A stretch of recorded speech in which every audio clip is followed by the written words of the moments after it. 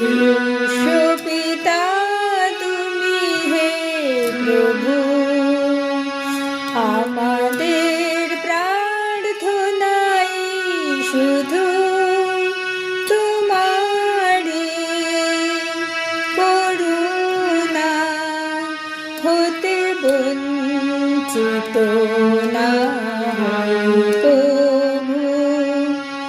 বিশ্বপিতা তুমি হে প্রভু,